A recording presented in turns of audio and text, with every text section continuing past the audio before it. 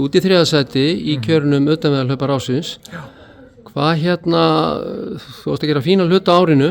Hvernig svona var einhver áherslubreiting frá fyrri árum eða varst að gera eitthvað nýtt eða bara byggja á góðan grunn?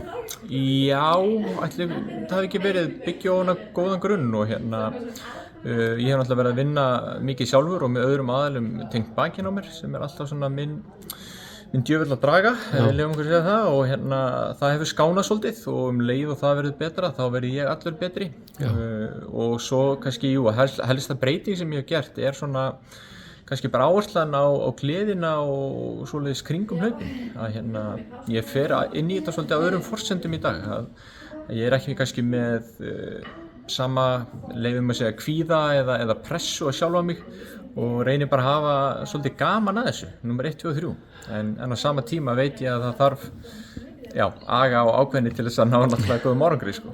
Já, ég heyri það svolítið einmitt að þó að þeir hlaupara sem eru í fremsturöð ég heyri það svolítið undirtón hjá okkur að þetta skiptir rosalega miklu máli þessi gleði sem þýðir náttúrulega líka að með því kemur líka andlegu styrkur, ekki satt? Algjörlega og náttúrulega verandi að vinna með fólki í hlaupum og hlaupaþjálfun svo þú þekkir sjálfur og það náttúrulega getur gefið líka alveg helling að reyna að vera þessi fyrirmynd og svoleið sko. Það er klart mál. Já. Á þetta ár, eitthvað plön núna liggja fyrir?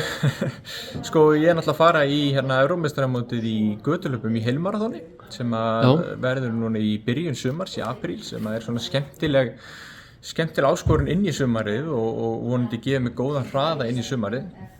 Svo náttúrulega næsta stóra náttúrulega bara heimsmeistaramótið sem í september en að sjálfsögðu maður skráður í Laugaveginn og fer svona í þessi helstu held ég utanvegarhlaup sko. Já, og þú heill? Já, ég svona eftir Tenerife þá ég orðin nokkuð heill eftir allt saman. Heyrðu, frábært. Til hamingju aftur og takk fyrir. Takk hérlega.